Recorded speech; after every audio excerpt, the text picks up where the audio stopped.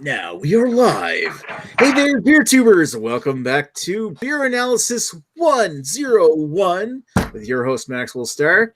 Got a great pile for you tonight, but first, might as well mention the beer. We're going to take a look at Budweiser Copper Lager, aged on Jim Beam Barrel staves, 6.2 ABV. We'll get into that later.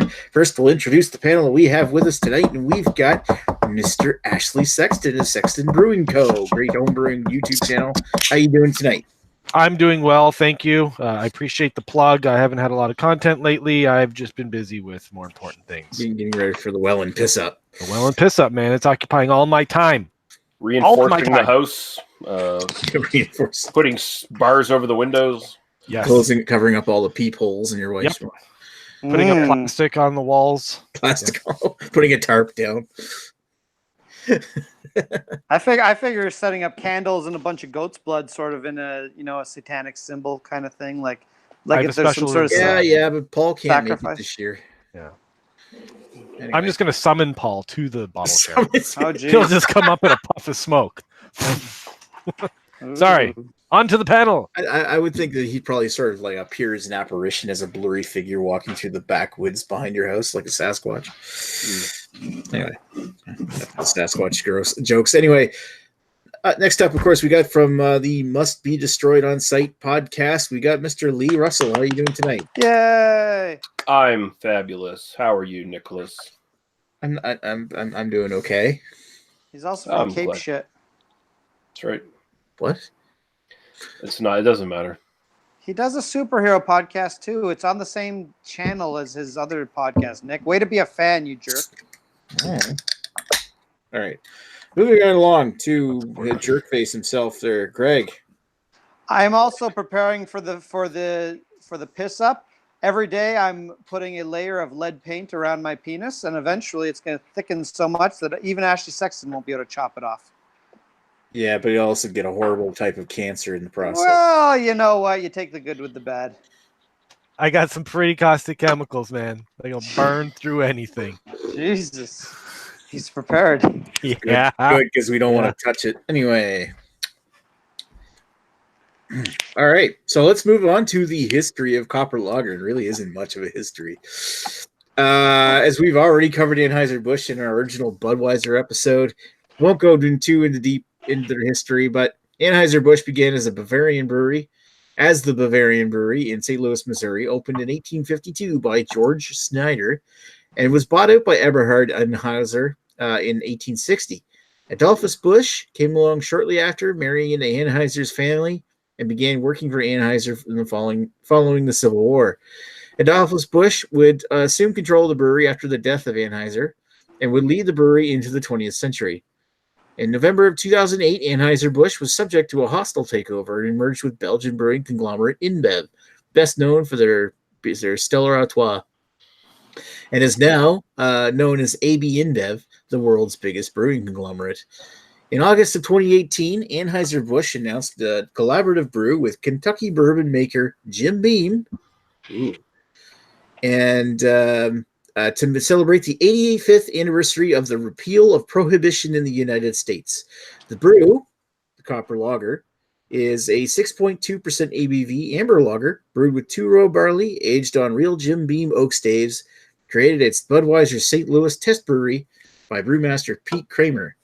Budweiser Copper Lager was subsequently released to the Canadian market in spring of 2019. So we're actually up on current events here. We're doing a very recently released beer in this part of the world. Anyway. All right. Let's go over. We don't really have a lot of comments, but anybody other than Greg want to read them? I'll read them. Cool. Ethan's Beer Reviews chimes in, says, hello all. Hello, Ethan. He says, cheers to great beer. Okay, for a minute I thought he was going to say cheers to a great beer. Let's not get ahead of ourselves, Ethan. But that was my mistake. And then Redbeard chimes in and says, what be going down? You need a new catchphrase. It's been done. Anyway, moving along over to Ash. What's your history with this specific beer, which I'm assuming none of us really have? It's about probably as long and extensive as everyone else's. My history spans back 3 days. And that's about it. I got nothing. Sorry. And really with Budweiser in general, like Budweiser in general, it's I think the last time I honestly think the last time I had a Budweiser was probably back in 2002. Because that was my cousin's wedding, and we literally drank the house dry, except for we got into the case of Budweiser at around 4:00 in the morning. Nice. And that was, even at that point, I knew it was against my better judgment. Nice. Oh, in other words, it's just something you drink. Anyway, whatever. All right, moving right along over to Mr. Lee. Russell, what's your history with this beer? Assuming pretty much the same. Yeah, my history is a couple weeks ago, I walked into my local NSLC and I saw it in the walk-in cooler and thought to myself, we're going to be doing this on the fucking show, aren't we? And that's about it. Somewhat accurate. I sighed a little, bought some better beer, and saw the premonition of my future sitting in a fucking cut open 24 case thing of cans. And did you just were able to buy a single though? You didn't have to yeah, because if I was not able to do that, there's no fucking way I'd be on this show tonight. No, I haven't even seen multi-packs of this stuff here. Not that I'd really want to buy it. Yeah, I don't know. I assume they're rolling out the single cans first, and then they're going to come with the follow-up of the stubby bottle cases or whatever, right? Not here. Yeah. Oh. Let's move over to Craig because he's got an opinion that needs to be shared. Well, my opinion is just that, well, they do technically have singles at the beer store, but nothing that's close by to me, and I'm in Toronto, so I don't know where they might actually have singles. So it's either 6-packs of tall boys or 12-packs of little cans. So I chose 6-pack of tall boys. Mm-hmm. But you know what? I will say this isn't a land shark. So that's good. Not many things are. That is true. And yeah, I bought the... I'm sorry, Nick. Oh, go ahead. I was just going to say, I bought the exact same format, 6 tall cans. I bought a single can for $3.99 at my NSLC. Oh, that's expensive. Wow, that's more than here. I think I paid, what was it, $16 or $16.50 for the 6-pack of tall cans? Yeah, I think it's $16.50. I think you guys can get it for like with the 500 ml cans. You can get the beer store when they're in stock for like $2 something. They're like $2.65 or some shit, according to their site. I didn't even bother going to my beer store. It's fucking dirt balls. No, I did, and the website seemed to say they had the tall boys, but when I actually checked, they didn't. They only had the 12 packs. Yeah. Well, anyway, I think I paid like $3.89. I think it was $3.85, maybe something like that for it. Just slightly cheaper than me. But that's all I can get. I can only get this 500 ml cans. No. But there seems to be ample stock of them, despite its popularity. I'm shocked this isn't like on the beer trading scene. Like everyone just buying it out. Yeah, right. Totally a whale beer. Oh yeah. Oh my god. Black market price is like quadruple. Yeah, where's Orca or whatever the fuck that fat guy's name is who came to the beer fest and drank all the whales? Come on, whatever. Well, you know, this is barrel flavored or aged in barrel staves, so therefore it would probably be like a 10 out of 10. Anyway, going into my history with this, slightly more extensive maybe than some of the others ones here because you didn't even ask my history, Nick. Didn't he? I thought I did. He gave you the platform to speak, and you just chose to speak about. Anyway, Greg, we'll let you go first instead of you want a second turn. Go ahead. My history is I had it 2 hours ago. That's it. Bye. All right, fine. # professional. Something like that. Anyway, so my history with this is I've already done a review for this on my my BeerTube channel. I posted it there last week, I think. I don't want to get too much into detail because obviously this is the same batch. And if you want to go watch that review, go ahead. It's on the channel. But yeah, this is my third can of it, and you can judge by the reason that I'm going for third can is a slight spoiler saying it's not terrible, but whatever. I usually hate Budweiser products. Like I can't stand the original Budweiser just because it's just a dull, flavorless cardboard beer. But Yeah, let's move along. All right, we got a whole lot more comments, and mostly people saying cheers, whoever. Yeah, I mean, we got Craig from Kemp Beer Reviews in here saying hello. We got Chris from Off the 10th saying hello. Hi. Yeah, we got Eric Gilbert in here. He said, cheers, fools. Cheers. And he also says this shit is sold out around this classy town. So he got Fat Tire instead. Nice. Wow. He said the stubby packs are sold out too, apparently. I think Fat Tire's in Canada now, isn't it? Like Belgian Fat Tire? And, yes, it is. I was notified that by Jace Westcott. Oh, okay. No wonder your Gilbert knows. Yeah, and and Chris from off the 10th laughed at my Orca comment for that Walesboro guy. That was funny. Alrighty. If anyone doesn't know that reference, fuck, I don't even know where you find the video. You have to look up a video from Massive Beer Reviews from 4 years ago when he was at Chad's Beer Fest and scroll towards the end where he's interviewing a rather large brown fellow about his feelings on beer. What'd you say his name again was? Clendathu or I might have to look this up. Kimona? It's Kamal. Clendathu. Kamal. Oh, wait, I think that's a planet from Starship Troopers. I'm sorry. Yeah. Yeah, you're right. I don't know. All right. By the way, just as a quick offshoot, if nobody has ever seen Starship Troopers 3, I recommend it, A, because there's a lot of nudity in it, and B, they literally fight a giant vagina at the end of it. Oh, okay. Wow, really? Seriously. Maybe you should do that on Destroyed on Site. Maybe. All right. Moving along to Mr. Ashley Sexton. What's your I don't know, we might as well get into our thoughts in this. Yeah, might as well. Yeah.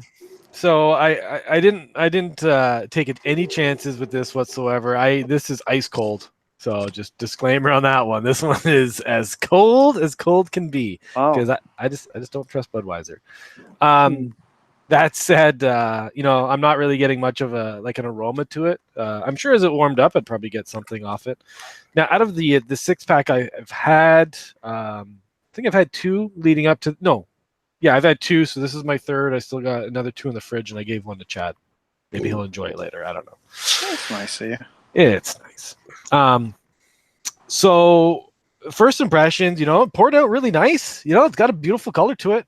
Had a great head, long-lasting head. It's lacing. It's actually lacing quite nice on the glass. So you know what? I'll give you props on that one, bud. Visually it looks great. Again, because it's so cold, I don't know about the aroma. Flavor-wise, the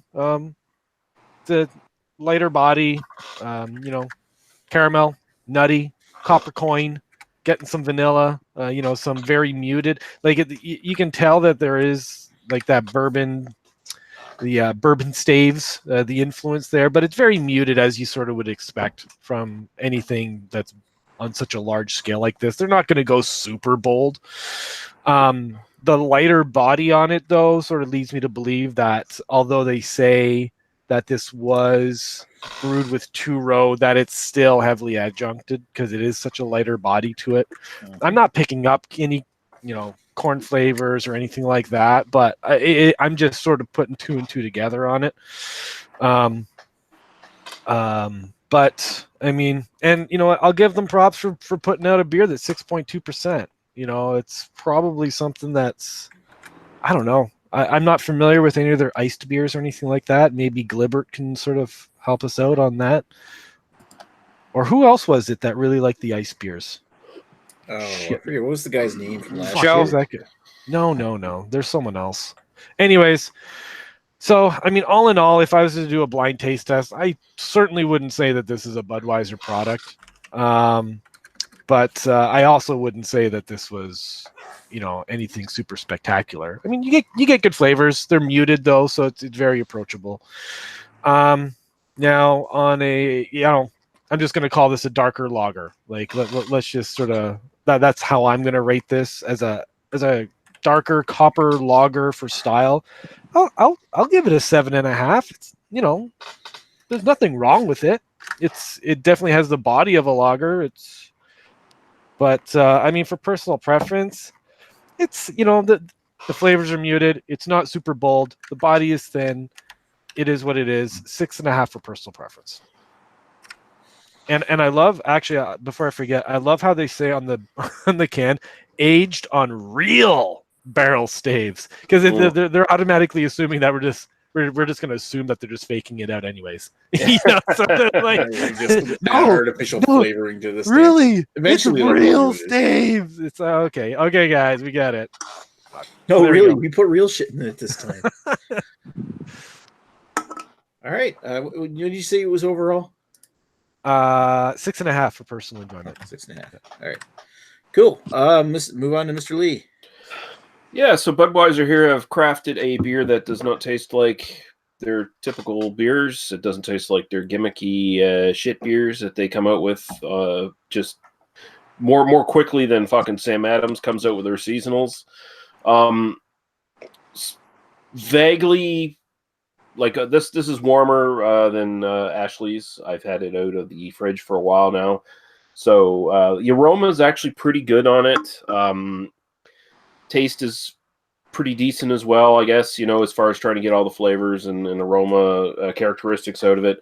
Kind of reminds me of a sort of muted version of Innocent Gun, like Innocent Gun without the booze. Kind of in the background, and like some instances of Innocent Gun, some of their different types tend to be a little bit heavier on like the barrel and the booze. You can kind of get not so much anymore. I'm thinking like back classic Innocent Gun when they were still good, but yeah, it's just got some like vaguely barrel aged characteristics in it, like barrel characteristics, a little bit of vanilla, maybe a hint of rye, like they say on the fucking can, but that just could be me reading into it more than anything else. It's like, yeah, that could be rye. Sure, why not? I'll give it to him.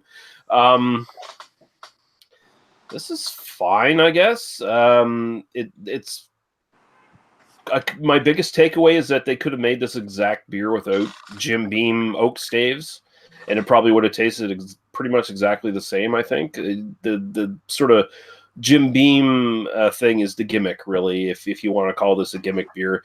And it's just, it doesn't really add all that much to this. Like, they could have just made a dark Vienna lager kind of thing, which just vaguely follows into amber lager, Vienna lager, whatever.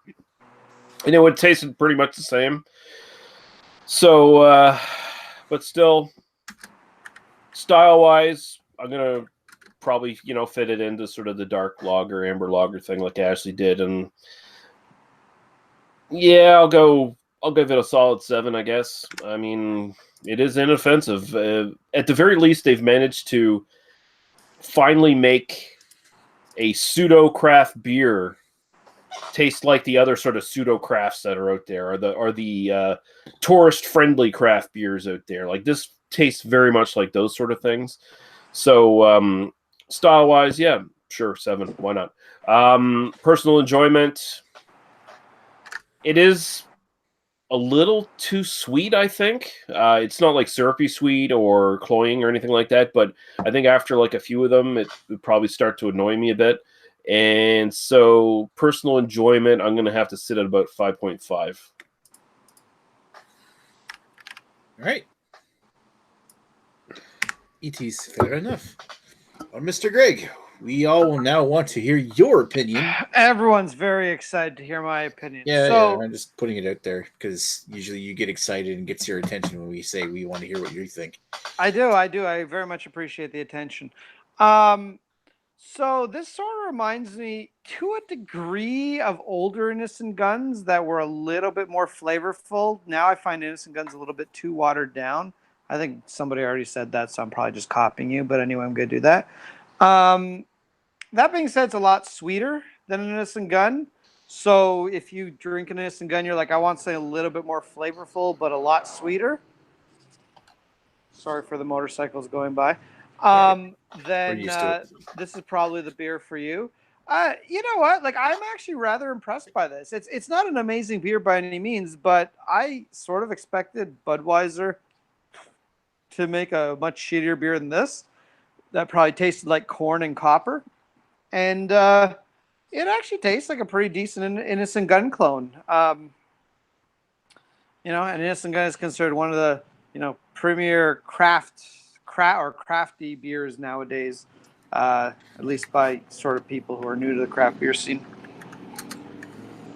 So I don't know.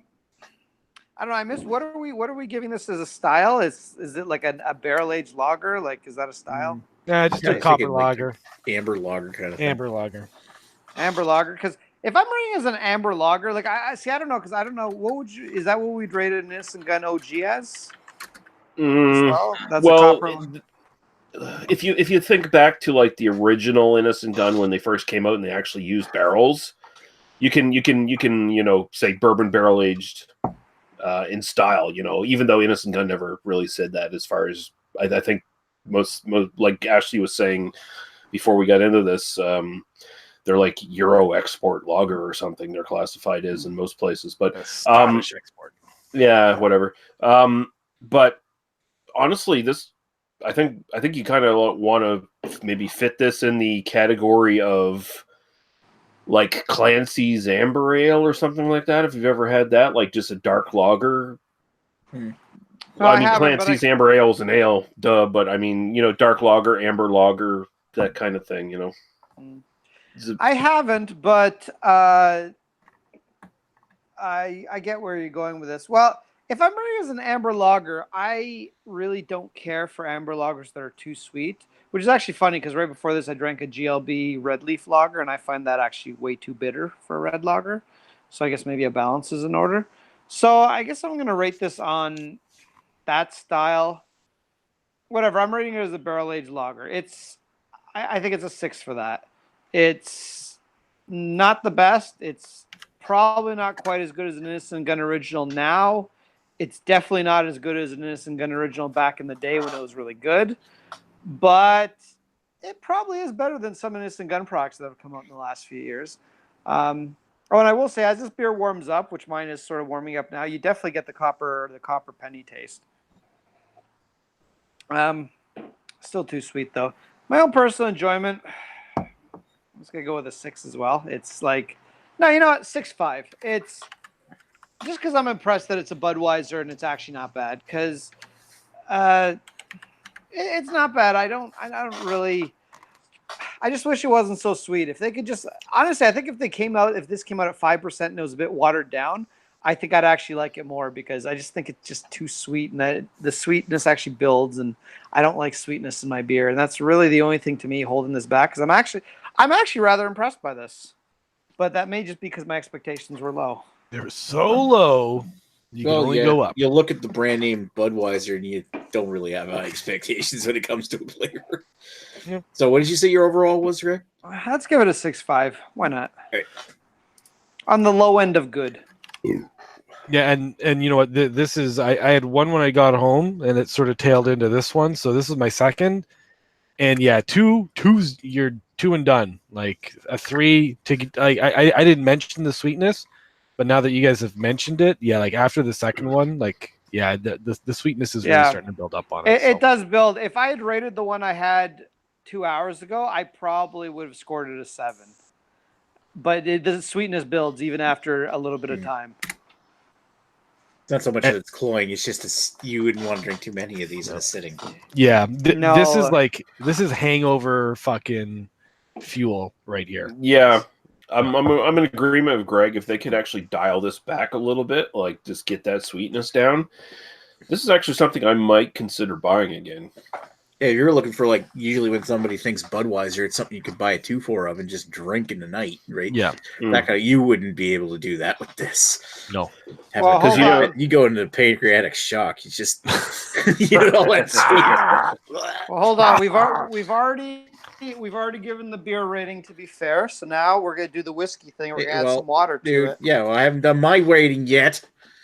Well, that's okay. I'm going to water it down. You know, it's okay, because all we care about is your opinion, Greg. Nick is a person, okay, Greg? I'm a people, too. Nick, he is people, and he matters. Nick, just to clarify, you are definitely better than Lee and Ashley. What? I'll take that. Sure. All right. Anyway, moving along. Yeah. fuck? How am I supposed to follow that up? Everything's awkward. Just read the notes off to your left. All right. So you'll be fine, young buck. You'll be fine. All right. So yeah, you get bits of vanilla, caramel, toffee. There's a charred oak taste to it, a little bit roasty in the back. I find that as it warms up now, I even got a little bit when it was cold. There's like this corn soda, corn and toasted cereal grains note that you get coming up into the back. And it does trail off and linger with this lingering char roastiness, as well as the notes of like earth and the copper coin that was mentioned. I think it's actually quite decent. I think, yeah, you're right. It's a little heavy in the body.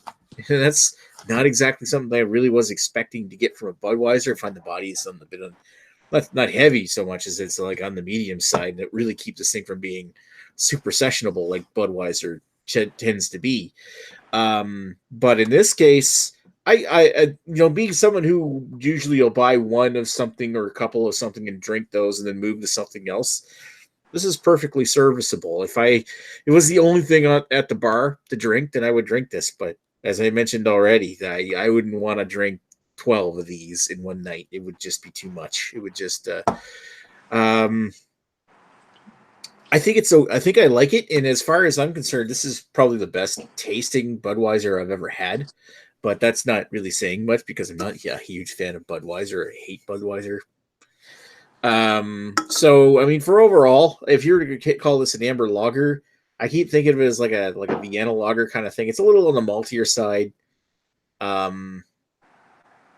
Maybe Vienna lager is not kind of thing, but if you're compared to like Boston lager or something from Sam Adams, and it's a bit maltier and less hoppy. And then of course they add the bourbon barrel aged oak stave kind of thing to it. So anyway, I think for the style, I think it's okay. It's definitely a pass. It's a 7.5 for style. Overall enjoyment, I give it a 7. And the whole thing I was going to say is, like, when it comes to comparing this to Innocent Gun, I think that is a fair comparison with just how how heavily flavorful Innocent Gun used to be back in like 2011, 2009, that kind of area when they were first popular, when they were barrel aging instead of actually using the Oakerator for oak staves. I find it a little on the weak side now. So you got Innocent Gun that's starting to trend towards more becoming like almost like macro now that it's become boring and getting more and more boring. Whereas this one is macro going the other way, where it's right now that is super flavorful, super full of beer, of barrel character in that, and the base beer is just a so-so beer, which is actually a better effort from Budweiser than I was expecting. But I think in this right here, the big winner in this flavor is the Jim Beam staves, and not so much the base beer that it's based on. So it's, I guess, there's a lot of parallel with Innocent Gun. Anyway, it's nice. I like it. It's okay. But I mean, overall, I think even if they wanted to keep it at 6.2. But they wanted to cut that sweetness. I mean, adding a little bit more of like a noble hop bitterness to it, or noble hop characteristic would definitely go a long way for it. Yeah, like really German it up, like throw something Sam Adamsy into it, and fucking give you a bit even more of that like earthy Howler Tower saws or something. Something like that. Yeah. But I mean, hey, Budweiser, keep making beers like this. I might actually be interested in some of their products. Yeah. Like, I think it's weird to say, but this will be right up their wheelhouse. If they want to make this thing a bit more sessionable, they maybe don't barrel age it as long. I mean, I'll say right now, I would buy this over Innocent Gun Original at this point. Yeah, me too. I enjoy this a lot more and this is cheap, pretty much cheaper anyway. Cheaper, you get a 500 ml can for the same price you would buy a 355 bottle for it. Mm-hmm. We want to get to comments while you're making the Mspaint. Oh, right. I got to do the math. Yeah. So, So Eric Gilbert. Finer Jeopardy sound. Well, first off, Redbeard says Orca was a pretty cool movie. Yes, it was. Richard Harris playing basically Captain Ahab and going after. Yeah, the that orca. was like. It kind of seemed like a Jaws ripoff, but actually, it's a really good movie. It's sort of a Jaws ripoff, but it's a lot more exploitive because there's like a scene where a dead baby orca comes out of the mama orca that gets killed by Richard Harris. That was sad as all fuck. Yeah, it's like you get behind the orca really quick. Yeah, I've never seen this movie. Even when it bites Bo Derek's leg off. Oh, so the orca goes crazy and starts killing people? Yeah, the orca's like you killed my mate and my unborn child, so I'm gonna hunt you down. That's awesome. Yeah, that's great. I'm behind that. And it destroys a city pretty much because they built the city basically like on the water, like piers, on a dock. So the city basically gets destroyed by the orca. Mm-hmm. To go off a second, and I'll let you get back to the comments there. If marine life ever banded together to wipe us from the earth, I'm cool with that. Well, I mean, insects could do it too. If they ever 100%. Got like this big hive mind thing and decide, we're gonna fuck the humans over, they could do it. They have more biomass. Incest could than also we do it. Yeah, they do. That too. Just look in Appalachia. So Eric Gilbert says Fat Tire isn't worth a Facebook notification for fucking sure. LOL. Eric Gilbert also says ice beers, Laker extra ice, baby. Yeah. You should have said extra ice, baby. Oh, was it Andrew Watts? Andrew Watts, that was the ice beer guy. Yeah. I haven't seen him in a while. Eric Gilbert says using less corn syrup would help sweetness. Yeah, see, that's the thing. I wonder what the actual recipe is for this. Like, are they just doing the same thing they do with the regular Budweiser and throw the old corn syrup in there, or rice syrup, or whatever the fuck they use? Oh my god, rice syrup! I suspect they don't change a thing about it.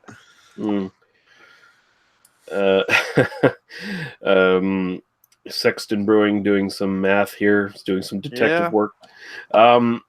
Eric Gilbert says, LOL, no ice beer here. Still remember the first time I tried, son, and it wasn't good. Jesus. All right, my math is bad. That's all right. So while we're waiting for Nick to do his Mspaint, I did add water to this. I probably added a little too much water to this. It's probably at this point about 30% water. It actually is a lot less sweet and to me actually a bit more enjoyable. The body is very thin, which I guess you'd expect since I watered down a beer. But yeah, actually, I think this is quite good. I think next time I have this, I'm not a proponent of this typically, but I think I will actually throw an ice cube or two into a pint next time I have this because I do actually think it'll improve it. That'd be hilarious. I think you should employ that with all of the beers you have on Wednesday night after the hangout. Just add water to them. I'm going to employ that with every single beer I have at the Well and Piss Up. Please every beer, no matter how great it's going to be, I'm just going to ice the hell out of it. No, not even ice cubes. Basically, what you need to do, Greg, is half and half water and beer. Yeah, just fucking warm tap water, man. I will. And then we're going to top it off with a little bit of Niagara Brewing Company beer, maybe some cream ale, maybe some black ale. We'll see. Well, that's basically half water, half beer anyway. So you're all right there. Yep. Yeah. Not that By the way, if anyone wants to see one of the all-time great reviews, I think it was. Well, I know it was Lee, and I think you were doing Niagara Brewing Company. Was their peach beer or one of their base beers where you're just like almost dying while you're drinking the thing? Oh God, that's a classic review. I forget which one it is, but just look up, whatever. Whose channel was it on? Lee Hughley Beer Reviews. Okay. It's a classic from 3 or 4 years ago. Yeah, Chad sent me like a bunch of their fucking beers when they first launched, and it was like, oh, he sent you the beer. Okay, this wasn't from a beer fest. No, it was it was one of their canned beers. I thought it was the peach one, but I don't entirely remember which one it was. I can't remember. I actually have to. I want to go back and watch those now just to see. I just remember it was like watching a snuff video. Oh. It's so bad. That's what I equate my entire fucking beer reviewing career to at this point. A snuff video. It just slowly snuffed out my soul. Is what it did. Was that the turning point? Was that the beer that put you over the edge? It might have been. That was it. I think Chad actually destroyed my channel. He killed my love for beer, and I just never wanted to do it again. Fucking Niagara Brewing, man. They're at it again. Oh, man. Killing dreams and harvesting souls. All right, so I think I'm ready for the math to come up here. So before I do the screen share, I'm gonna. Oh, that's awesome! Yay! All right, so Great, fantastic! I'm glad we're part of this. All right, so style 7, overall 6.4. The end story, it's no MGD, but we didn't hate it. Yeah, I on think you, Budweiser. I think at the end of the day, we're almost pleasantly surprised. Mm-hmm. My disclaimer, I probably won't buy this again if it was on tap somewhere in a sea of macros. Like, if it was Canadian, Coors, Budweiser, and then Budweiser this, I would probably choose this. Yeah, I would say. Yeah, exactly. If it was like a beer that only sold macro and they had this on tap, I'd get this. Yeah. Or bottles or whatever. I'm also gonna point something out that this is a rating for Budweiser Copper Ale or Copper Lager. If this was the new Innocent Gun special release, I suspect this would be at least a point lower than we've currently rated it. I think our expectations of this is going to be shit to being like, oh, this is. If somebody told us this was Innocent Gun barrel aged lager or something like that, like they're Innocent Gun lager, actually, I'd probably get a higher rating from Lee. I'm actually, yeah. Innocent Gun lager because it's the perfect beer. Yeah, exactly. Oh God. So nobody's asked what next week's beer is next week. No, they're really off their game. There's no beer next week, Nick. No, because there's no beer. Because they know. They've been waiting. They know that well. Holy shit. With bated breath, they've been waiting. For us to go off the air. There might be a snuff video featuring Nick and Redbeard. Yeah, it would be like this cry for help uploaded to YouTube from a cell phone locked in a trunk of a car. And then that's all you ever hear from me. And then I'm buried. Then the next thing you know, that you find man murdered by caustic fluids or something up in some mine north of there. And you know what? It's all going to be YouTube's fault because you don't have 1,000 subs. You couldn't stream your cries for help live from my mobile phone. Yeah, exactly. You're not allowed. Mm-hmm. You're fucked. God. You're not allowed to save yourself. No, thanks YouTube. You just killed Nick in the trunk of the car. YouTube. Oh my God! All that beer tube money I've wasted on you. Mm-hmm. I gotta say, it was really rude of Chad not to show up this week to promote his beer fest and actually drink the copper lager he was given. Just saying. Oh, he's paying for it. That is kind of rude. He's paying for it. I'll tell you. Well, it works out better for him then, or works out better for you then. I don't know. Yeah, whatever. That's a little joke between me and Joe. I'll explain it later. Is this a joke that Joe is in on, or is it just like you think it's a joke and Joe's just like, God damn, Greg's annoying? Yeah. No, it's actually a joke that came from Joe. Okay. I'll explain it when we're offline. I don't want to hurt anyone's feelings. Speaking of offline, we should probably do that now. The show's over, right? I don't think we have any more comments. Done. Since there is no beer next week, we've got the Albino Rhino Beer Fest and the Welland Piss Up coming up next week, so we're off the air next week. But we will be coming back. Bitches. What? Yeah, Welland. We're going to be at Ashley's place there next one, and I should say, if anybody wants to follow the Welland Piss Up, let me advertise it before we go on to the after chat and nobody watches that. You already have some A1 quality videos up there. Oh yeah, nothing but quality for they're all professional. By the way, call your bookie. There's going to be bets placed for who can give Nick the best purple Nurple. Oh yeah.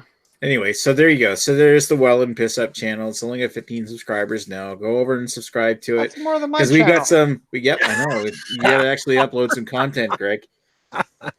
Anyway, so yeah, we've got some videos up there. This is all in support of the Welland Piss Up, which is going to be at Ashley's place next Friday. We will be broadcasting live when we do the Piss Up at his place. So stay tuned to that channel. Go over there and subscribe, of course, and like every video on it. There might even be an influencer video coming along soon. Oh shit! Maybe one or two from somebody you might know. Yeah, I can go meet an influencer. Here's an influencer video right now. You can guess my who that God. fucker is. I love the fact he Jesus. colorized Liquid Art Fest. Just like that. That's the only thing. See, that's a joke because the rest of it is just like not funny at all. Yeah, no. Wow. Anyway, we're gonna go offline, and then we're gonna come back online with the after chat video. So we'll see you guys soon. And Q Ashley.